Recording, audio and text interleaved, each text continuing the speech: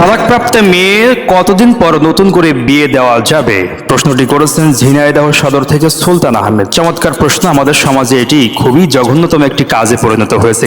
আসলে ইদ্যত পূরণ হওয়ার আগেই অনেক পিতামাতা তাদের মেয়েকে বিয়ে দিয়ে দেয়। এটা যে কত বড় মারাত্মক একটি পাপের কাজ!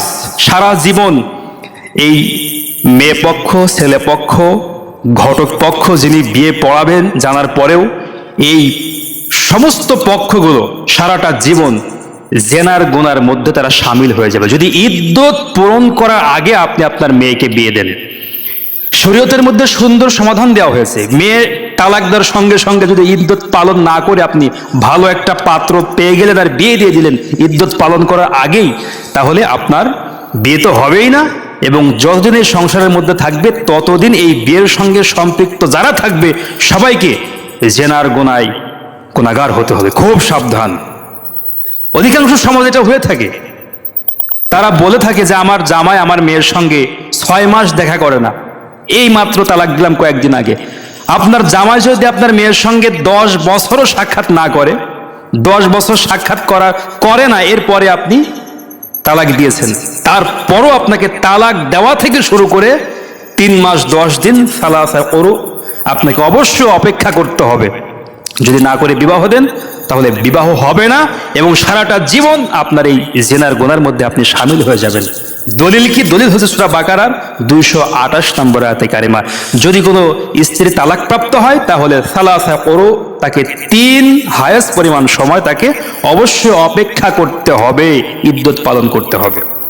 এরপর যদি আপনার স্বামী মারা যায়, ওটা বললাম তালাক হওয়ার পরে যে ইদ্যত, যদি কারো স্বামী মারা যায় তাহলে 4 মাস 10 দিন, আরো 1 মাস 10 দিন, 4 মাস 10 দিন মোট বেশি পালন করার কথা বলা হয়েছে। এটা সূরা বাকারার 234 নম্বর আয়াতে কারিমা। তাহলে আমরা কি বুঝলাম? স্বামী যদি স্ত্রীকে তালাক দিয়ে দেয় তাহলে অবশ্যই 3 মাস 10 দিন অপেক্ষা করতে হবে। দলিল হচ্ছে সূরা বাকারার 228 নম্বর আয়াতে কারিমা। এবং স্বামী যদি মারা যায় তাহলে 4 মাস 10 দিন, এর দলিল হচ্ছে সূরা বাকারার 234 নম্বর আয়াতে কারিমা। এজন্য আমরা কখনো ভুল করব না, ইদ্যত পালন হওয়ার একদিন আগেও বিয়ে দেওয়া যাবে না, একদিন আগেও না।